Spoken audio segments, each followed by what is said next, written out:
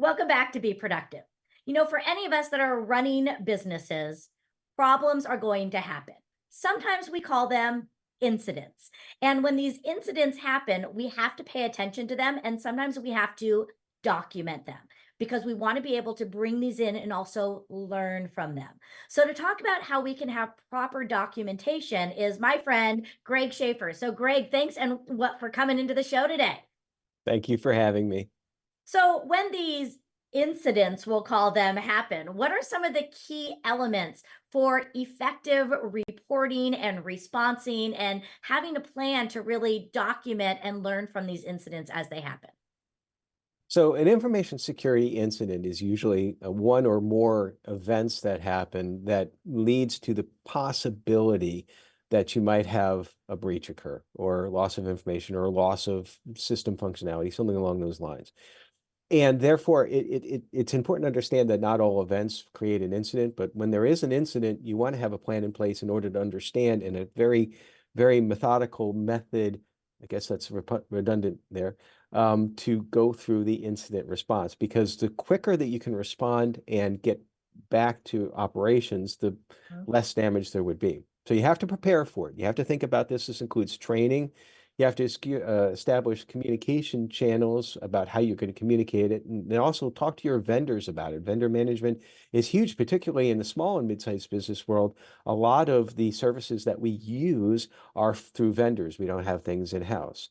You have to detect, so you have to be monitoring in some way, shape, or form.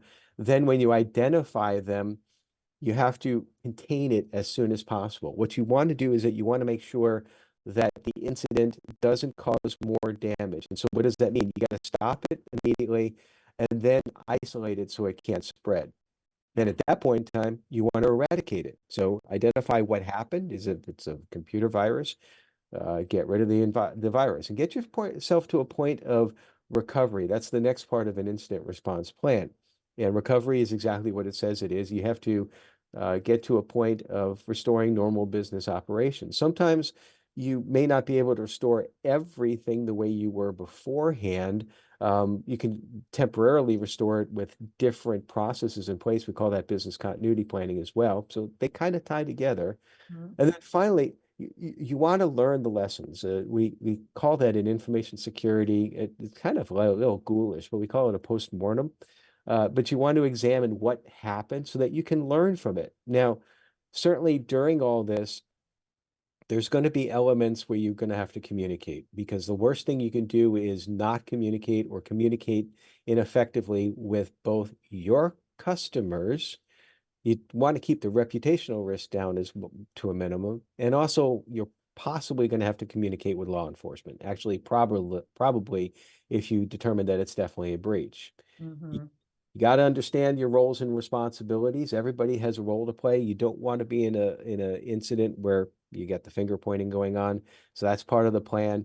And then, of course, documenting it and testing the plan and then reviewing it as time goes on. Yeah. Some of the things that I really appreciate what you're bringing together is, when we talk about this show, Be Productive, this is exactly what we're doing. We have plans to grow profit, but we also have to have plans in place for those threats to our growth. And that's what I hear you saying here is because when these breaches happen, when these incidents occur, they're going to zap our productivity. And it's not a matter of if it's going to happen, it's more a matter of when is it going to happen. And so we want to have these plans in place so that, as you said, we can get back to work as normal, as quickly as possible. So we want to do that. Now, one of the things that you and I have talked about in the past is also the fact of that the environment is constantly changing. And unfortunately, these risks, these types of breaches are also evolving. So, Mhm. how often should an organization look at updating, re-strategizing, adapting their plans? What kind of frequency should they be looking at? At least annually. They should be reviewing the plans annually and testing the plans annually. And that the testing doesn't mean just checking the box compliance. It's like, okay, we've got this in here, we've got this in here. Actually go through an exercise. Some will use a tabletop exercise and some sort of mock scenario. It helps with what I call muscle memory. If you practice what you said that you're doing in the plan.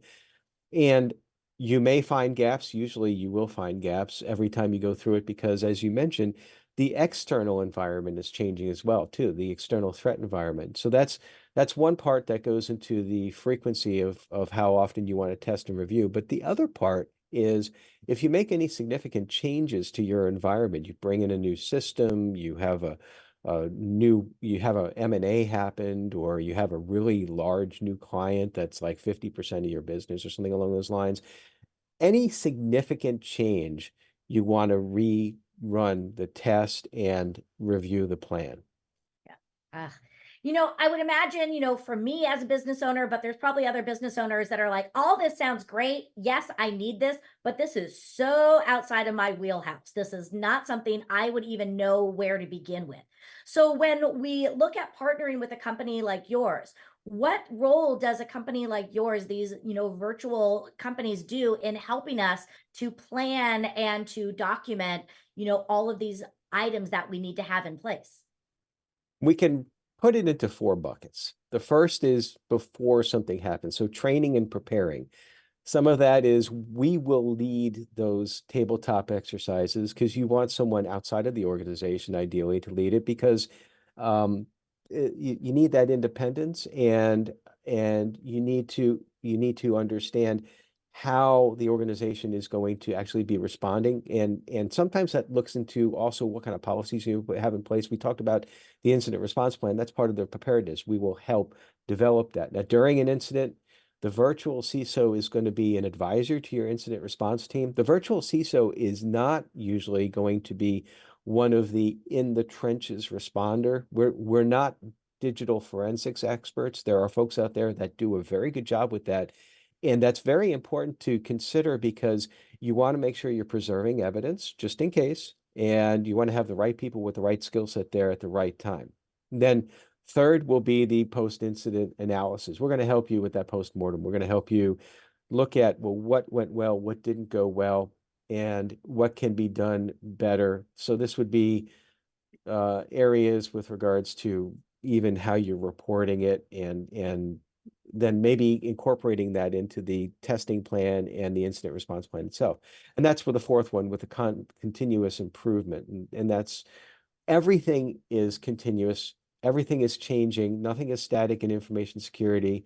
You may need a new tool, for example, if the monitoring wasn't successful. And that doesn't mean a tool that you necessarily bring in-house. Like, for example, Microsoft Office 3, or they call it Microsoft 365 now, has excellent monitoring tools within there. And it may mean just activating some of those tools there. That's what a virtual CISO can help with as well, recommending where you can help mitigate those risks.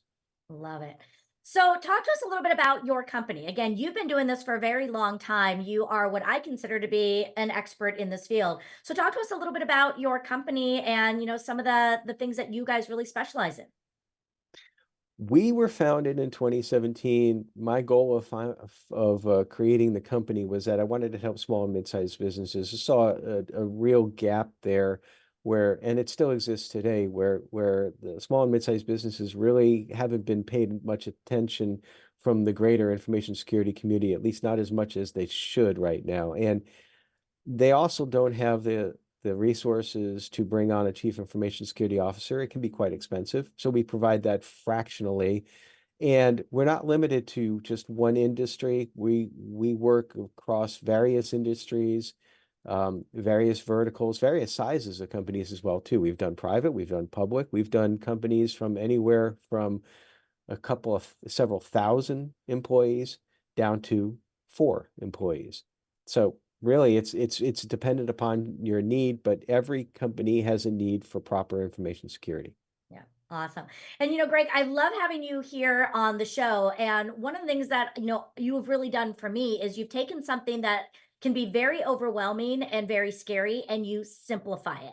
And so, for all of you out there that are starting to get the wheels turning in your brain, having somebody like Greg in your corner that is going to be able to talk to you on a human level. You don't talk over me, you talk with me, and you really make it easily digestible. And I appreciate that so much. So thank you for being here on the show. Thank you for educating us and for making us stronger each and every day. And for all of those that are watching, I hope that you took some notes. I hope that you jotted down how to get in touch with Greg and his company, because if you want to stay productive, you need to have all of these tips, all of these strategies, and all of these systems in play for you so that you do not miss a beat. Stay tuned, and we'll be right back for even more Be Productive.